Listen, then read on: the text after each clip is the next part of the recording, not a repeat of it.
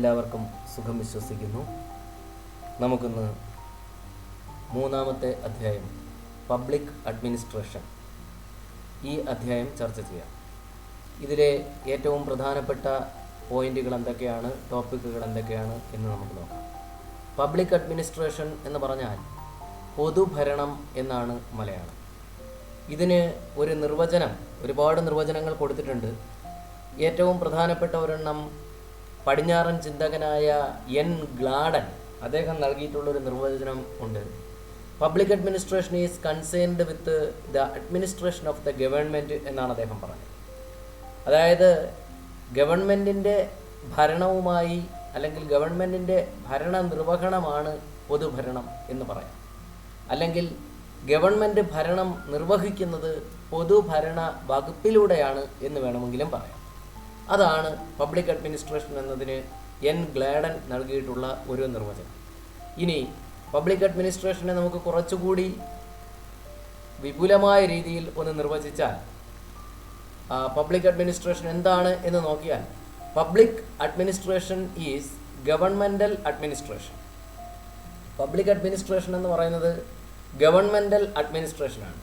Public administration is the effective utilization of men and materials for the implementation of existing laws, governmental policies, programs and developmental projects. അതായത് public administration is the effective utilisation.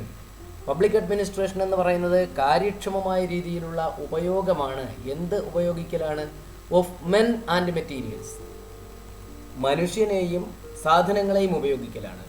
Four the implementation of existing laws, അത് നിലവിലുള്ള നിയമങ്ങളെ implement ചെയ്യുന്നതിന് വേണ്ടി, ഗവൺമെൻറ്റിൻ്റെ നയങ്ങളെ implement ചെയ്യുന്നതിന്, നടപ്പാക്കുന്നതിന് വേണ്ടി, ഗവൺമെൻറ്റിൻ്റെ പ്രോഗ്രാംസ്, പദ്ധതികൾ നടപ്പിലാക്കുന്നതിന് വേണ്ടി, ഗവൺമെൻറ്റിൻ്റെ ഡെവലപ്മെൻ്റൽ പ്രോജക്റ്റുകൾ, വികസന പരിപാടികൾ നടപ്പിലാക്കുന്നതിന് വേണ്ടി. അപ്പോൾ ഗവൺമെൻറ്റിൻ്റെ വികസന പരിപാടികൾ, ഗവൺമെൻറ്റിൻ്റെ പദ്ധതികൾ, ഗവൺമെൻറ്റിൻ്റെ നയങ്ങൾ, ഗവൺമെൻറ്റിൻ്റെ നിയമങ്ങൾ, ഇവയൊക്കെ കാര്യക്ഷമമായ രീതിയിൽ നടപ്പിലാക്കുന്നതിന് വേണ്ടി മനുഷ്യനെയും ഉപകരണങ്ങളെയും അല്ലെങ്കിൽ സാധനങ്ങളെയും ഒക്കെ ഉപയോഗപ്പെടുത്തുന്നതിനെയാണ് പബ്ലിക് അഡ്മിനിസ്ട്രേഷൻ എന്ന് പറയുന്നത്.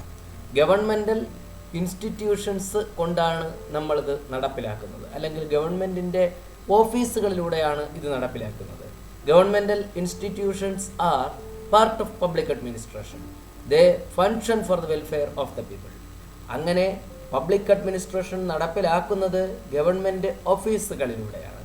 അതുകൊണ്ട് തന്നെ ആ ഗവൺമെൻറ് ഓഫീസുകൾ ജനങ്ങളുടെ വെൽഫെയറിന് വേണ്ടിയാണ് ശ്രമിക്കുന്നത് അല്ലെങ്കിൽ പ്രവർത്തിക്കുന്നത് എന്ന് പറയാം. ഇനി ഗവൺമെൻറ് അല്ലെങ്കിൽ പബ്ലിക് അഡ്മിനിസ്ട്രേഷൻ എന്ന് പറയുന്നത് ഇന്നോ ഇന്നലെയോ തുടങ്ങിയ ഒരു സംഭവമല്ല. അത് വളരെ പണ്ട് കാലത്ത് മൊണാർക്കിക്കൽ ടൈപ്പ് ഓഫ് അഡ്മിനിസ്ട്രേഷൻ ഉണ്ടായിരുന്ന കാലം മുതൽ, അല്ലെങ്കിൽ ഏകാധിപത്യ ഭരണം, രാജാക്കന്മാർ ഭരിച്ചപ്പോൾ, ഏകാധിപതികൾ ഭരിച്ചപ്പോഴൊക്കെ ഇത്തരത്തിൽ ജനങ്ങളുടെ ക്ഷേമത്തിനും ഐശ്വര്യത്തിനും വേണ്ടിയിട്ട് ഗവൺമെൻറ്റിൻ്റെ സംവിധാനങ്ങളെ ഉപയോഗപ്പെടുത്തുന്ന രീതി ഉണ്ടായിരുന്നു. ഇപ്പോഴും അത് തുടരുന്നു. ഇന്ന് ഏറെ രാജ്യങ്ങളിൽ, അല്ലെങ്കിൽ ഏതാണ്ട് എല്ലാ രാജ്യങ്ങളിലും ജനാധിപത്യ സംവിധാനമാണ്. ഈ ഡെമോക്രാറ്റിക് ടൈപ്പ് ഓഫ് ഗവൺമെൻറ്റുകൾ വന്നതിന് ശേഷം പബ്ലിക് അഡ്മിനിസ്ട്രേഷന് അതിൻ്റെ ഇമ്പോർട്ടൻസ് വർദ്ധിക്കുകയുണ്ടായി. അടുത്തത് ഇമ്പോർട്ടൻസ് ഓഫ് പബ്ലിക് അഡ്മിനിസ്ട്രേഷൻ എന്നാണ്, അല്ലെങ്കിൽ പൊതുഭരണത്തിൻ്റെ പ്രാധാന്യം, സിഗ്നിഫിക്കൻസ് ഓഫ് പബ്ലിക് അഡ്മിനിസ്ട്രേഷൻ എന്നൊക്കെ പറയാം. പൊതുഭരണത്തിൻ്റെ പ്രാധാന്യം എന്തൊക്കെയാണ് എന്നതാണ്. പൊതുഭരണത്തിന് വളരെ പ്രാധാന്യമുണ്ട്. അതായത് പൊതുഭരണം എന്ന് പറയുന്നൊരു വകുപ്പില്ലെങ്കിൽ ഗവൺമെൻറ് ഉദ്ദേശിക്കുന്ന, ജനങ്ങൾക്കായി നടപ്പിലാക്കാൻ ഉദ്ദേശിക്കുന്ന കാര്യങ്ങളൊന്നും തന്നെ ജനങ്ങളിൽ എത്തത്തില്ല. അപ്പോൾ എന്തൊക്കെയാണ് significance of the public administration എന്ന് നോക്കാം. ടെക്സ്റ്റിൽ ഇങ്ങനെ 4 കാര്യങ്ങൾ കൊടുത്തിട്ടുണ്ട്. അതാണ് വളരെ പ്രധാനപ്പെട്ടതാണ്, ഓർക്കുക. 1, ഫോമുലേറ്റ് ഗവൺമെൻറ്റൽ പോളിസീസ്, ഗവൺമെൻറ്റിൻ്റെ നയങ്ങളെ ഫോമുലേറ്റ് ചെയ്യുക. അതാണ് ഒന്നാമത്തെ സിഗ്നിഫിക്കൻസ്. രണ്ടാമത്തേത് ensure welfare of the people, ജനങ്ങളുടെ വെൽഫെയർ, ക്ഷേമം ഉറപ്പുവരുത്തുക. Ensure welfare of the people, ജനങ്ങളുടെ ക്ഷേമം ഉറപ്പുവരുത്തുക. മൂന്നാമത്തേത് പ്രൊവൈഡ് ഗുഡ്സ് ആൻഡ് സർവീസസ്, ജനങ്ങൾക്ക് സാധനങ്ങളും സേവനങ്ങളും പ്രൊവൈഡ് ചെയ്യുക. സേവനങ്ങൾ പ്രൊവൈഡ് ചെയ്യാനാണ് ഗവൺമെൻറ് ഓഫീസുകളുള്ളത്. പ്രൊവൈഡ് ഗുഡ്സ് ആൻഡ് സർവീസസ്, സാധനങ്ങളും സേവനങ്ങളും പ്രൊവൈഡ് ചെയ്യുക. Find out solutions to public issues, public ഇഷ്യൂസിൽ പൊതുജനങ്ങൾക്കുണ്ടാകുന്ന പ്രശ്നങ്ങൾക്ക് സൊല്യൂഷൻ കണ്ടെത്തുക, അതിന് ഒരു ഒരു പോംവഴി കണ്ടെത്തുക, ജനങ്ങൾക്കുണ്ടാകുന്ന പ്രശ്നങ്ങൾക്കുള്ള പോംവഴി, പരിഹാരം കണ്ടെത്തുക. ഇതൊക്കെയാണ് സിഗ്നിഫിക്കൻസ് ഓഫ് പബ്ലിക് അഡ്മിനിസ്ട്രേഷൻ എന്ന് പറയുന്നത്. ഒന്നുകൂടി, formulate governmental policies, ensure welfare of the people, provide goods and services to the people, find out solutions to public issues. അടുത്ത് നമുക്ക് പഠിക്കാനായിട്ടുള്ളത് ഈ പബ്ലിക് അഡ്മിനിസ്ട്രേഷനെ കുറിച്ച് നമ്മുടെ രാഷ്ട്രപിതാവായ മഹാത്മാഗാന്ധി ചില കാര്യങ്ങൾ പറഞ്ഞിട്ടുണ്ട്. അതായത് അദ്ദേഹത്തിന് പബ്ലിക് അഡ്മിനിസ്ട്രേഷനെ കുറിച്ച് വ്യക്തമായൊരു കാഴ്ചപ്പാടുണ്ടായിരുന്നു. അത് നോക്കുക. Gandhiji expected the protection of the interest of all through public administration, but there are a number of persons in our society who require special consideration and protection. Gandhiji പറഞ്ഞത് പബ്ലിക് അഡ്മിനിസ്ട്രേഷൻ രാജ്യത്തെ എല്ലാ ജനങ്ങൾക്കും ഉപയോഗപ്പെടുന്നതാകണം. പക്ഷേ നമ്മുടെ സമൂഹത്തിൽ സ്പെഷ്യൽ കൺസിഡറേഷൻ ആവശ്യപ്പെടുന്ന, പ്രത്യേക പരിഗണന ആവശ്യപ്പെടുന്ന, പ്രത്യേകമായി സംരക്ഷണം, പ്രൊട്ടക്ഷൻ ആവശ്യപ്പെടുന്ന ചില വിഭാഗങ്ങളുണ്ട്. അവരിലേക്കാണത് കൃത്യമായും എത്തേണ്ടത്, അല്ലെങ്കിൽ അവർക്കാണത് മസ്റ്റായും ഉപയോഗപ്പെടേണ്ടത് എന്ന് അദ്ദേഹം പറഞ്ഞു. He opined that public administration should consider them specially and protect them. അങ്ങനെയുള്ളവരെ, സ്പെഷ്യൽ കൺസിഡറേഷനും പ്രൊട്ടക്ഷനും ആവശ്യമായിട്ടുള്ളവരെ സ്പെഷ്യലി കൺസിഡർ ചെയ്യണം, അവരെ സ്പെഷ്യലി പ്രൊട്ടക്റ്റ് ചെയ്യണം എന്നാണ് ഗാന്ധിജി പബ്ലിക് അഡ്മിനിസ്ട്രേഷനെ കുറിച്ച് പറഞ്ഞത്. അദ്ദേഹത്തിന് Gandhiji's concept of Gramswaraj influenced India's outlook of public administration to a greater extent. അദ്ദേഹത്തിന് ഗ്രാമസ്വരാജ് എന്ന് പറയുന്ന ഒരു കോൺസെപ്റ്റ് ഉണ്ടായിരുന്നു. അദ്ദേഹത്തിന് അങ്ങനെ ഒരു ആശയം അദ്ദേഹത്തിനുണ്ടായിരുന്നു. ഗ്രാമസ്വരാജ് അല്ലെങ്കിൽ സ്വയം ഭരണം നിർവഹിക്കുന്ന ഗ്രാമങ്ങൾ, അല്ലെങ്കിൽ സ്വയം ഭരണ അധികാരമുള്ള ഗ്രാമങ്ങൾ, അതായിരുന്നു അദ്ദേഹത്തിൻ്റെ സ്വപ്നം. അപ്പോൾ അങ്ങനെ സ്വയംഭരണ അധികാരമുള്ള ഗ്രാമങ്ങൾ എന്ന അദ്ദേഹത്തിൻ്റെ സ്വപ്നം നമ്മുടെ പബ്ലിക് അഡ്മിനിസ്ട്രേഷനിൽ വലിയ സ്വാധീനം ചെലുത്തിയിട്ടുണ്ട്. അതുകൊണ്ടാണ് ലോക്കൽ ഗവൺമെൻറ് ഇൻസ്റ്റിറ്റ്യൂഷൻസ് ഉണ്ടായത്, അല്ലെങ്കിൽ 3 ടയർ സിസ്റ്റം ഓഫ് പഞ്ചായത്ത് രാജൊക്കെ ഉണ്ടായത്, ഗ്രാമങ്ങൾക്ക് സ്വയംഭരണ അവകാശമൊക്കെ ഉണ്ടായത് എന്നർത്ഥം. അടുത്ത പ്രധാനപ്പെട്ടത് ബ്യൂറോക്രസി എന്ന ഭാഗമാണ്. ബ്യൂറോക്രസി അല്ലെങ്കിൽ ഉദ്യോഗസ്ഥ വൃന്ദം. നമ്മുടെ രാജ്യത്ത് ഗവൺമെൻറ്റിൻ്റെ നയങ്ങളും പദ്ധതികളും ഒക്കെ നടപ്പിലാക്കുന്നതിന് വേണ്ടി ധാരാളം ഉദ്യോഗസ്ഥർ പ്രവർത്തിക്കുന്നുണ്ട്. സിവിൽ സർവീസിലായാലും ഗവൺമെൻറ് ഉദ്യോഗസ്ഥരായാലും ഒക്കെ ധാരാളം ഉദ്യോഗസ്ഥന്മാർ പ്രവർത്തിക്കുന്നുണ്ട് ഗവൺമെൻറ്റിൻ്റെ ഡേ ടു ഡേ ഫങ്ഷൻസ് നടപ്പിലാക്കുന്നതിന് വേണ്ടിയിട്ട്. ഇത്തരം ഉദ്യോഗസ്ഥന്മാരെയാണ് നമ്മൾ ഉദ്യോഗസ്ഥ വൃന്ദം എന്നതുകൊണ്ട് ഉദ്ദേശിക്കുന്നത്. എന്താണ് bureaucracy? The employees who work under public administrative system and administer the country are together known as bureaucracy. The employees who work under public administrative system, public administrative systemത്തിൽ work ചെയ്യുന്ന ഉദ്യോഗസ്ഥരും ആൻഡ് അഡ്മിനിസ്റ്റർ ദ കൺട്രി, പിന്നെ ഭരണം നടത്തുന്നതിന്, രാജ്യത്തിൻ്റെ ഭരണം നടത്തുന്നതിന് വേണ്ടി പ്രവർത്തിക്കുന്ന ഉദ്യോഗസ്ഥന്മാരെയും or together called or known as bureaucracy. ഇവരെല്ലാവരെയും ഒരുമിച്ച്, ഈ ഉദ്യോഗസ്ഥരെ എല്ലാവരെയും ചേർത്ത് നമ്മൾ ബ്യൂറോക്രസി അല്ലെങ്കിൽ ഉദ്യോഗസ്ഥ വൃന്ദം എന്ന് നമുക്ക് പറയാവുന്നതാണ്. ഇനി ബ്യൂറോക്രസി അല്ലെങ്കിൽ ഉദ്യോഗസ്ഥ വൃന്ദത്തിന് ചില ഫീച്ചേഴ്സ് ഉണ്ട്, അല്ലെങ്കിൽ ചില പ്രത്യേകതകളുണ്ട് ഇന്ത്യയിലെ ഉദ്യോഗസ്ഥ വൃന്ദത്തിന്. അതാണ് നമുക്ക് അടുത്ത് പഠിക്കാനായിട്ടുള്ളത്. The features of Indian bureaucracy. ഇന്ത്യയിലെ ബ്യൂറോക്രസിയുടെ പ്രത്യേകതകൾ എന്തൊക്കെയാണ്? ഇതാണ് ഈ തന്നിരിക്കുന്ന ഭാഗമാണ് അതിൻ്റെ ഉത്തരം. ഇന്ത്യയിലെ ബ്യൂറോക്രസിയുടെ പ്രത്യേകതകൾ ഇതൊക്കെയാണ്. ഒന്ന്, ഹൈറാർക്കിക്കൽ ഓർഗനൈസേഷൻ. ഹൈറാർക്കിക്കൽ ഓർഗനൈസേഷൻ എന്ന് പറഞ്ഞാൽ അതിൻ്റെ അർത്ഥം ശ്രേണീപരമായ സംഘാടനം എന്നാണ്. ശ്രേണീപരമായ സംഘാടനം എന്ന് പറഞ്ഞാൽ മുകളിൽ നിന്ന് താഴേക്ക് എന്ന രീതിയിൽ സംഘടിപ്പിക്കപ്പെട്ടതായിരിക്കും എന്നതാണ് അർത്ഥം. ശ്രദ്ധിക്കുക, bureaucracy is organised in such a way that there is one employee at the top. ബ്യൂറോക്രസിയിൽ എല്ലായ്പ്പോഴും ഏറ്റവും മുകളിൽ ഒരു ഉദ്യോഗസ്ഥനുണ്ടാവും. And the number increases when it reaches the lower. Number increases when it reaches the lower level. Lower ലെവലിലേക്ക് വരുംതോറും ഉദ്യോഗസ്ഥരുടെ എണ്ണം കൂടിക്കൊണ്ടിരിക്കും. This is known as hierarchical organisation. ഇതിനെയാണ് ഹൈറാർക്കിക്കൽ ഓർഗനൈസേഷൻ എന്ന് പറയുന്നത്. നിങ്ങളുടെ സ്കൂൾ ശ്രദ്ധിക്കുക. ഉദാഹരണത്തിന് സ്കൂളിലെ ഏറ്റവും ഉയർന്ന ഉദ്യോഗസ്ഥൻ നിങ്ങളുടെ പ്രിൻസിപ്പൽ ആയിരിക്കും, അല്ലെങ്കിൽ ഹെഡ് മാസ്റ്റർ ആയിരിക്കും. താഴേക്ക് വരുംതോറും ഓഫീസിലെ ഉദ്യോഗസ്ഥരുടെ എണ്ണം കൂടിക്കൊണ്ടിരിക്കും. അതാണ് ഹൈറാർക്കിക്കൽ ഓർഗനൈസേഷൻ എന്നതിൻ്റെ ഒരു ഉദാഹരണം. രണ്ടാമത്തേത് പെർമനൻസ് ആണ്. പെർമനൻസ് എന്ന് പറഞ്ഞാൽ സ്ഥിരതയാണ്. സ്ഥിരത എന്നാൽ ജോലി സ്ഥിരത എന്നർത്ഥം. ജോലിക്ക് സ്ഥിരതയുണ്ടാവും. Persons appointed will continue in service till the age of retirement. അതായത് ഒരു വ്യക്തി ജോലിയിൽ പ്രവേശിച്ചു കഴിഞ്ഞാൽ അദ്ദേഹത്തിന് റിട്ടയർമെൻറ്റ് പ്രായം വരെയും ജോലി ഉണ്ടാവും. ജോലിക്ക് സ്ഥിരതയുണ്ട്. നാളെ വരണ്ട എന്ന് പറയില്ല എന്നർത്ഥം. മൂന്നാമത്തേത് appointment on the basis of qualification. ക്വാളിഫിക്കേഷൻസിൻ്റെ ബേസിസിലുള്ള നിയമനം, യോഗ്യതയുടെ അടിസ്ഥാനത്തിലുള്ള നിയമനം. Employees are recruited and appointed on the basis of educational qualification. വിദ്യാഭ്യാസ യോഗ്യതയ്ക്കനുസരിച്ചാണ് ജോലികളിലേക്ക് ആളെ തിരഞ്ഞെടുക്കുന്നത്. വിദ്യാഭ്യാസ യോഗ്യത അനുസരിച്ച് നിശ്ചിത വിദ്യാഭ്യാസ യോഗ്യത ഉള്ളവർക്ക് ചിലപ്പോൾ പ്രവൃത്തി പരിചയം, സാങ്കേതിക പരിജ്ഞാനം ഒക്കെ ആവശ്യമുള്ള ജോലികളുണ്ടാവും.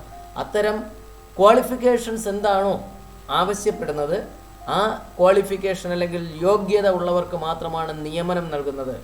അടുത്തത് പൊളിറ്റിക്കൽ ന്യൂട്രാലിറ്റി. വളരെ പ്രധാനപ്പെട്ടതാണ് പൊളിറ്റിക്കൽ ന്യൂട്രാലിറ്റി. അതായത് വ്യത്യസ്ത പൊളിറ്റിക്കൽ പാർട്ടികൾ ഭരണത്തിൽ വരും.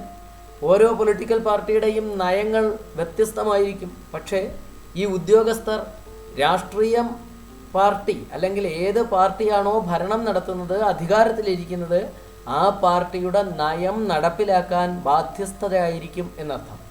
Bureaucrats are liable to implement the policies of whichever party comes to power.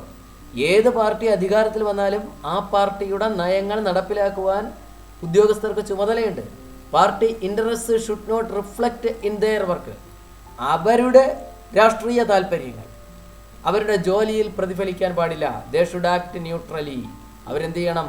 ന്യൂട്രലായിരിക്കണം. അവർ കോൺഗ്രസ്സോ കമ്മ്യൂണിസ്റ്റോ BJPയോ മറ്റേതെങ്കിലും പാർട്ടിയോ ആകാം. പക്ഷേ ഭരണം നടത്തുന്ന പൊളിറ്റിക്കൽ പാർട്ടി ഏതായാലും ആ പാർട്ടിയുടെ നയങ്ങൾ നടപ്പിലാക്കുവാൻ ഉത്തരവാദപ്പെട്ടവരായിരിക്കും ബ്യൂറോക്രാറ്റുകൾ എന്നർത്ഥം. അവസാനത്തേത് പ്രൊഫഷണലിസമാണ്. പ്രൊഫഷണലിസം എന്ന് പറഞ്ഞാൽ സ്കിൽ ആയിട്ടുള്ളവരായിരിക്കുമെന്നാണ് അർത്ഥം. അല്ലെങ്കിൽ അവർ ഏത് ജോലിയാണോ ചെയ്യുന്നത് ആ ജോലിയിൽ അവർക്കുള്ള പ്രാവീണ്യം. Every government employee must be skilled in their work. ഓരോ ഗവൺമെൻറ് എംപ്ലോയിയും അയാളുടെ ജോലിയിൽ പ്രാവീണ്യമുള്ളവനായിരിക്കും, പ്രാഗൽഭ്യമുള്ളവനായിരിക്കും, പരിചയസമ്പന്നനായിരിക്കും എന്നർത്ഥം. ഇതൊക്കെയാണ് ബ്യൂറോക്രസിയുടെ ഫീച്ചേഴ്സ് എന്ന് പറയുന്നത്, അല്ലെങ്കിൽ ദ ഫീച്ചേഴ്സ് ഓഫ് ബ്യൂറോക്രസി. ഇനി നമുക്ക് ഇന്ത്യയിലെ ബ്യൂറോക്രസിയെക്കുറിച്ചുള്ള അടുത്ത ഒരു ഭാഗം നോക്കാം. Bureaucracy in India. ഇതിൽ are the employees who work under the central and state governments and the employees under the public sector undertakings are part of India's civil service. ഇന്ത്യയിലെ കേന്ദ്ര ഗവൺമെൻറ്റിന് കീഴിലോ സംസ്ഥാന ഗവൺമെൻറ്റിന് കീഴിലോ പബ്ലിക് സെക്ടറിലോ ഒക്കെ ജോലി ചെയ്യുന്ന എല്ലാ ഉദ്യോഗസ്ഥരും നമ്മുടെ സിവിൽ സർവീസിൻ്റെ ഭാഗമാണ്. Observe the chart showing the classification of India's civil service. ഇന്ത്യയുടെ സിവിൽ സർവീസിൻ്റെ ക്ലാസിഫിക്കേഷൻ സൂചിപ്പിക്കുന്ന, ക്ലാസിഫിക്കേഷൻ മനസ്സിലാക്കാൻ സഹായിക്കുന്ന ഒരു ചാർട്ടാണ് താഴെയുള്ളത്. ഇത് വളരെ പ്രധാനപ്പെട്ടതാണ്. ഇന്ത്യൻ സിവിൽ സർവീസിനെ നമുക്ക് 3ആയിട്ടാണ് തരം തിരിച്ചിട്ടുള്ളത്. The Indian civil service are classified into 3: all India service, central services and state services. Indian civil സർവീസിനെ ഓൾ ഇന്ത്യ സർവീസസ് എന്നും സെൻട്രൽ സർവീസസ് എന്നും സ്റ്റേറ്റ് സർവീസസ് എന്നും 3ആയി ഡിവൈഡ് ചെയ്തിട്ടുണ്ട്, അല്ലെങ്കിൽ ക്ലാസിഫൈ ചെയ്തിട്ടുണ്ട്. അത് ഓരോന്നും നോക്കാം. ആദ്യത്തേത് ഓൾ ഇന്ത്യ സർവീസസ്. അതിൻ്റെ പ്രത്യേകതകളൊന്ന്, റിക്രൂട്ട്സ് അറ്റ് നാഷണൽ ലെവൽ. ദേശീയ ലെവലിൽ ഇന്ത്യയിൽ എല്ലായിടത്തു നിന്ന് റിക്രൂട്ട് ചെയ്യുമെന്നർത്ഥം. Appoints in the central or state service. അവർക്ക് അപ്പോയിൻമെൻറ്റ് വരുമ്പോൾ ചിലപ്പോൾ സ്റ്റേറ്റ് സർവീസിലായിരിക്കാം, ചിലപ്പോൾ സെൻട്രൽ സർവീസിലായിരിക്കാം, കേന്ദ്ര ഗവൺമെൻറ്റിന് കീഴിലായിരിക്കാം. ഉദാഹരണം, Indian administrative service, Indian police service. Indian police സർവീസിലാവാം, ഇന്ത്യൻ ഭരണ സർവീസിലാവാം. അപ്പോൾ ഒരു സംസ്ഥാന ഗവൺമെൻറ്റിന് കീഴിലാകാം, ചിലപ്പോൾ കേന്ദ്ര ഗവൺമെൻറ്റിന് കീഴിലുമാകാം. രണ്ടാമത്തേത് സെൻട്രൽ സർവീസുകളുണ്ട്. റിക്രൂട്ട്സ് അറ്റ് നാഷണൽ ലെവൽ, ഇന്ത്യയിൽ എവിടെ നിന്നും അപ്പോയിൻമെൻറ്റ് ചെയ്യും. Appoints in central government departments only, അതാണ് പ്രത്യേകത. കേന്ദ്ര ഗവൺമെൻറ്റിന് കീഴിൽ വരുന്ന ഡിപ്പാർട്ട്മെൻറ്റുകളിൽ മാത്രം നിയമനം നൽകുന്നു. Appoints in central government departments only. ഉദാഹരണം, Indian foreign service, railway service, ഇതൊക്കെ കേന്ദ്ര ഗവൺമെൻറ്റിൻ്റെതാണ്. മൂന്നാമത്തേത് സ്റ്റേറ്റ് സർവീസസ്. ഇപ്പോൾ നിങ്ങൾക്ക് എന്താണെന്ന് മനസ്സിലായിട്ടുണ്ടാവും. Recruits at state level. State സർവീസിൻ്റെ പ്രത്യേകത സ്റ്റേറ്റ് ലെവലിലാണ് നിയമനം. Recruits at state level. Appoints in the state government departments, അതായത് സെയിൽ ടാക്സ് പോലെയുള്ള സംസ്ഥാന ഗവൺമെൻറ്റിൻ്റെ വകുപ്പുകളിൽ മാത്രം നിയമിക്കാനായിട്ട് കഴിയും. സംസ്ഥാന ഗവൺമെൻറ് നിയമിക്കുന്നു, സംസ്ഥാന ഗവൺമെൻറ്റിൻ്റെ വകുപ്പുകളിൽ നിയമിക്കുന്നു, അതിനെ സ്റ്റേറ്റ് സർവീസ് എന്ന് പറയുന്നു. Candidates to all India services and central services are recruited by the Union Public Service Commission or UPSC. ഇനി ഇവരെയൊക്കെ നിയമിക്കുന്നത് UPSC ആണ്. ആരെയൊക്കെ? ആദ്യം പറഞ്ഞ രണ്ട് വിഭാഗക്കാരെ യൂണിയൻ പബ്ലിക് സർവീസ് കമ്മീഷനാണ് നിയമിക്കുന്നത്.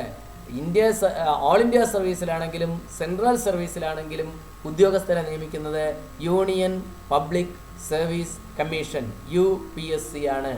Then the chairman and the members of this commission are appointed by the President of India.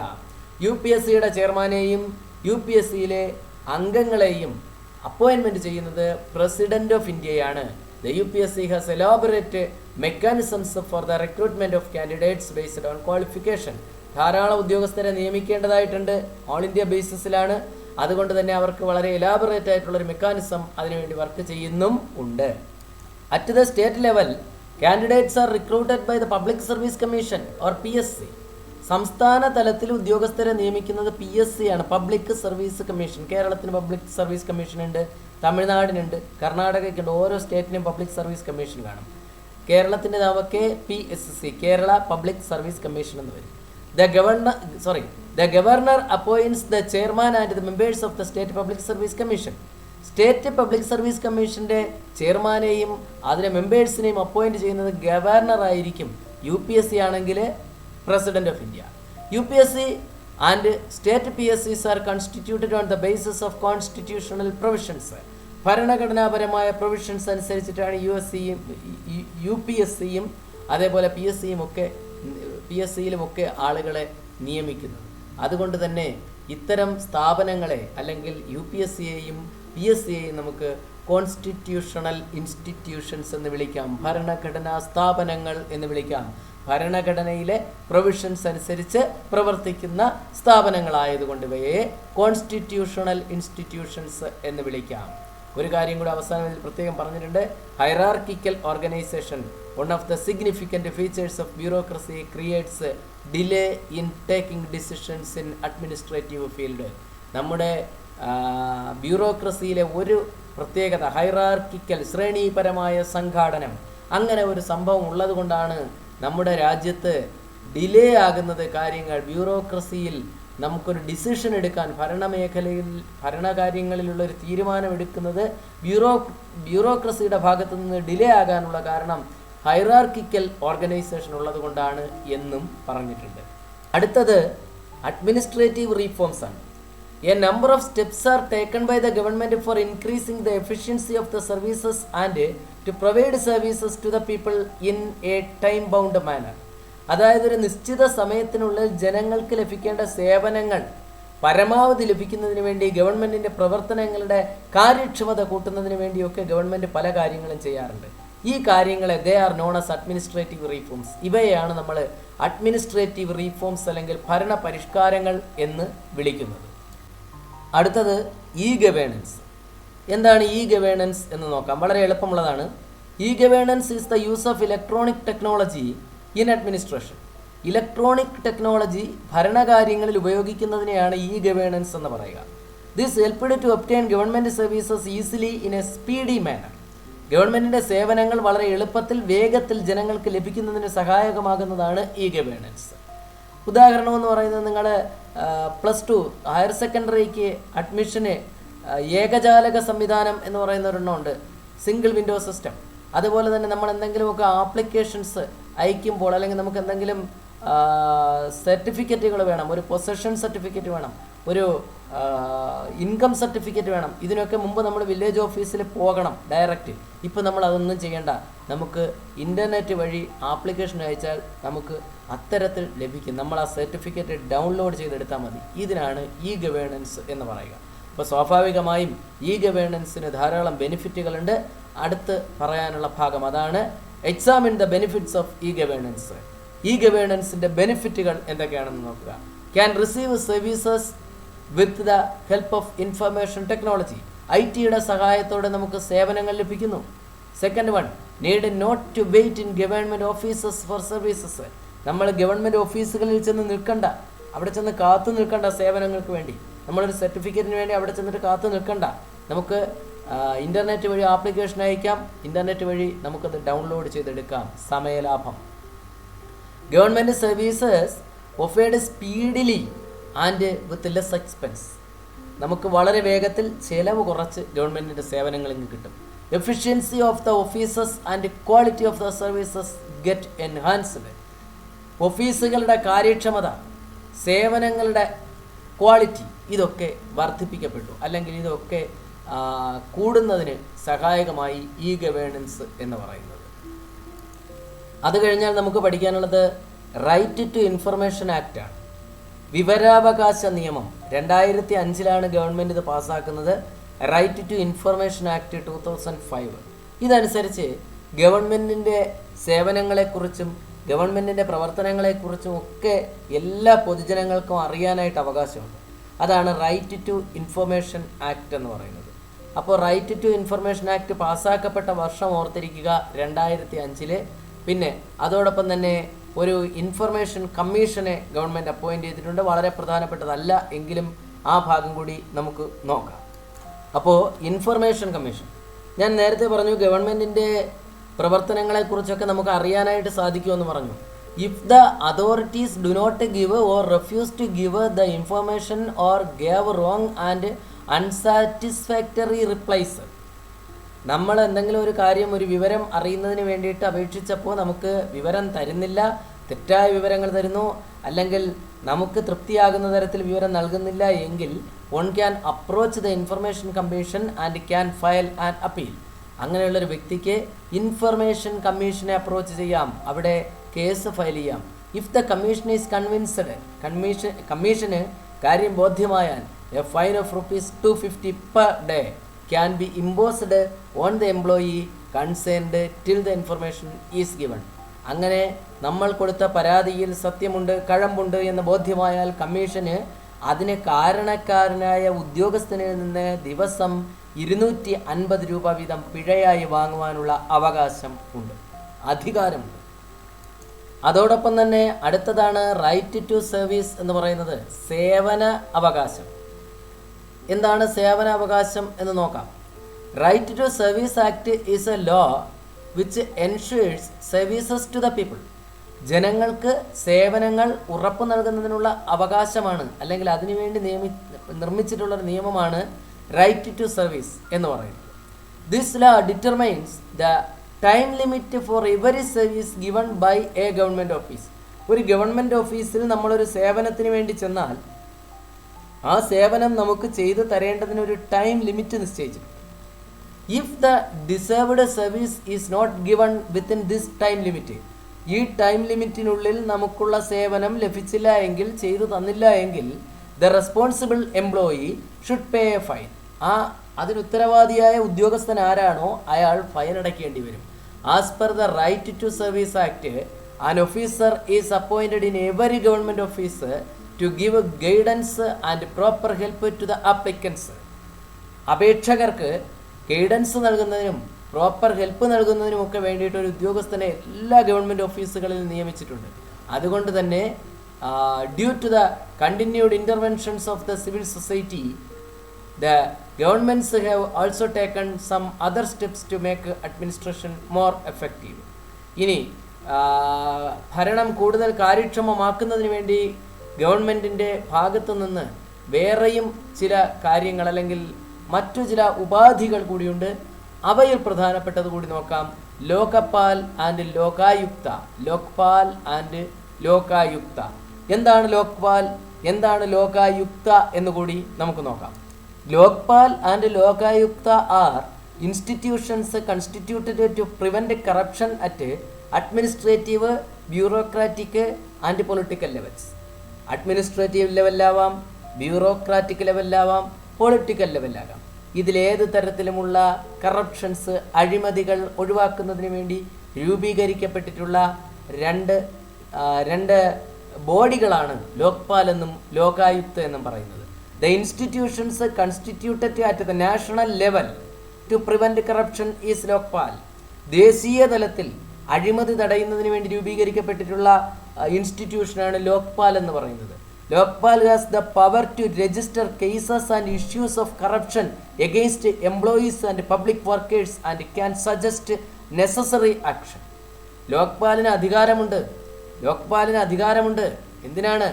അഴിമതി കാണിച്ച ഉദ്യോഗസ്ഥനെതിരെ കേസ് രജിസ്റ്റർ ചെയ്യുന്നതിനും പെട്ടെന്ന് ആക്ഷൻ എടുക്കുന്നതിന് വേണ്ടി നിർദ്ദേശിക്കുന്നതിനുമുള്ള അധികാരം ലോക്പാലിനുണ്ട്. Lokayukta is the institution constituted at the state level to hear the corruption cases. സംസ്ഥാന തലത്തിലുള്ള അഴിമതി കേസുകൾ കൈകാര്യം ചെയ്യുന്നതിനുള്ള ഇൻസ്റ്റിറ്റ്യൂഷനാണ് ലോകായുക്ത എന്ന് പറയുന്നത്. രണ്ടിനും ജുഡീഷ്യൽ പ്രൊസീജിയേഴ്സ് ഉണ്ട്. അത് കഴിഞ്ഞാൽ അടുത്തത് സെൻട്രൽ വിജിലൻസ് കമ്മീഷനാണ്. The central vigilance commission is the institution constituted at the national level to prevent corruption. അഴിമതി തടയുന്നതിന് വേണ്ടി ദേശീയ ലെവലിൽ രൂപീകരിച്ചിട്ടുള്ള മറ്റൊരു ഇൻസ്റ്റിറ്റ്യൂഷനാണ് സെൻട്രൽ വിജിലൻസ് കമ്മീഷൻ, കേന്ദ്ര vigilance commission. It came into effect in 1964. 1964 മുതൽ ഇത് പ്രാബല്യത്തിലുണ്ട്. It is formed to prevent corruption in the central government offices.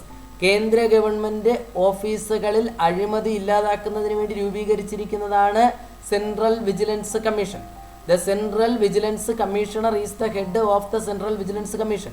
Central vigilance കമ്മീഷൻ്റെ ഹെഡ്, തലവനെ സെൻട്രൽ വിജിലൻസ് കമ്മീഷണർ എന്ന് പറയുന്നു. In every department there will be a chief vigilance officer. എല്ലാ ഡിപ്പാർട്ട്മെൻറ്റിലും ഒരു ചീഫ് വിജിലൻസ് ഓഫീസർ ഉണ്ടാവും. The duty of the commission is to enquire into vigilance cases and take necessary actions. Vigilance കേസുകൾ enquire ചെയ്യുന്നതിനും necessary action, പെട്ടെന്ന് അതിനുള്ള പരിഹാരം നിർദ്ദേശിക്കുന്നതിനുമാണ് സെൻട്രൽ വിജിലൻസ് കമ്മീഷനെ നിയമിച്ചിട്ടുള്ളത്. Based on the model of central vigilance commission, state vigilance commissions have been constituted at state level. ഈ central vigilance കമ്മീഷൻ്റെ മാതൃകയിൽ സംസ്ഥാനങ്ങളിൽ സംസ്ഥാന വിജിലൻസ് കമ്മീഷനുകളും രൂപീകരിക്കപ്പെട്ടിട്ടുണ്ട്. The state vigilance commission enquires into corruption in the state government offices. State government ഓഫീസുകളിലെ, സംസ്ഥാന government ഓഫീസുകളിലെ കറപ്ഷൻ അല്ലെങ്കിൽ അഴിമതിയെക്കുറിച്ച് പഠിക്കുന്നതിന് വേണ്ടിയിട്ടാണ് സംസ്ഥാന വിജിലൻസ് കമ്മീഷൻ രൂപീകരിച്ചിരിക്കുന്നത്. Vigilance courts are also constituted to track vigilance cases. ഈ വിജിലൻസ് കേസുകൾ കൈകാര്യം ചെയ്യുന്നതിന് വേണ്ടി, വിജിലൻസിൻ്റെ കേസുകൾ കൈകാര്യം ചെയ്യുന്നതിന് വേണ്ടി വിജിലൻസ് കോടതികൾ പ്രത്യേകമായിട്ടുണ്ട്. നമ്മൾ കാണുന്ന സാധാരണ കോടതികളല്ലാതെ വിജിലൻസിന് പ്രത്യേകം കോടതികൾ കൂടി രൂപീകരിച്ചിട്ടുണ്ട്. ഇതെല്ലാം തന്നെ അഴിമതി തടയുന്നതിന് വേണ്ടിയിട്ടാണ്. ഒപ്പം ഇനി ഒരെണ്ണം കൂടിയുണ്ട്, അതിനെ ഓംബുഡ്സ്മാൻ എന്നാണ് പറയുന്നത്. അതുകൂടി നമുക്ക് നോക്കാം. Ombudsman elected representatives and bureaucrats are part of public administration. തിരഞ്ഞെടുക്കപ്പെട്ട പ്രതിനിധികളും ഉദ്യോഗസ്ഥരുമെല്ലാം ഭരണ സംവിധാനത്തിൻ്റെ ഭാഗമാണ്. Complaints can be filed against their corruption. അവർ ഏതെങ്കിലും തരത്തിലുള്ള കറപ്ഷൻ, അഴിമതി, നെപ്പോട്ടിസം, സ്വജനപക്ഷപാതം, ഫിനാൻഷ്യൽ മിസ് അപ്രോപ്രിയേഷൻ, എന്തെങ്കിലും സാമ്പത്തിക ക്രമക്കേടുകൾ, അല്ലെങ്കിൽ നെഗ്ലജൻസ് ഓഫ് ഡ്യൂട്ടീസ്, അവരുടെ ഡ്യൂട്ടി നിർവഹിക്കാതിരിക്കുക, ഇങ്ങനെ എന്തെങ്കിലും കാര്യങ്ങൾ അവർക്കെതിരെ ഇത്തരത്തിൽ ഏതെങ്കിലും പരാതികളുണ്ടെങ്കിൽ ombudsman is institution for this purpose. ഇതിലൊക്കെ പരാതി നൽകാൻ വേണ്ടിയിട്ടുള്ളതാണ് ഓംബുഡ്സ്മാൻ എന്ന് പറയുന്ന സംവിധാനം. A retired judge of the high court is appointed as ombudsman. സാധാരണഗതിയിൽ ഓംബുഡ്സ്മാനായിട്ട് അപ്പോയിൻറ്റ് ചെയ്യപ്പെടുന്നത് ഹൈക്കോടതിയിലെ ഒരു റിട്ടയർഡ് ജഡ്ജായിരിക്കും. People can directly approach the ombudsman with complaints. ഇതിൻ്റെ ഏറ്റവും വലിയ പ്രത്യേകത ജനങ്ങൾക്ക് തങ്ങളുടെ പരാതിയുമായി ഈ ഓംബുഡ്സ്മാൻ്റെ അടുത്ത് ഡയറക്റ്റ് ചെല്ലാമെന്നുള്ളതാണ്. On receiving complaints the ombudsman has the power to summon anyone and can order enquiry and recommend actions. ആരെയും വിളിച്ചു വരുത്താനും അന്വേഷണം നടത്താനുമൊക്കെ ഈ ഓംബുഡ്സ്മാൻ അധികാരമുണ്ട്. Ombudsman has its beginning in banking sector to hear the complaints of clients and rectify them. Ombudsman എന്ന് പറയുന്ന പരിപാടി ആദ്യമായിട്ട് തുടങ്ങിയത് ബാങ്കിങ് മേഖലയിലാണ്. ബാങ്കിങ് മേഖലയിലെ പരാതികൾ കേൾക്കുന്നതിനും അത് പരിഹരിക്കുന്നതിനുമൊക്കെയാണ് ഓംബുഡ്സ്മാൻ എന്ന് പറയുന്ന സംവിധാനം ആദ്യമായിട്ട് ആരംഭിക്കുന്നത്. അപ്പോൾ ഇത്രയും കാര്യങ്ങളാണ് ഈ പാഠത്തിൽ നമുക്ക് പഠിക്കാനുള്ള പ്രധാനപ്പെട്ട കാര്യങ്ങൾ. പ്രധാനപ്പെട്ടവ മാത്രമാണ് നമ്മൾ പറഞ്ഞു വന്നത് എന്നൊരിക്കൽ കൂടി ഓർക്കുക.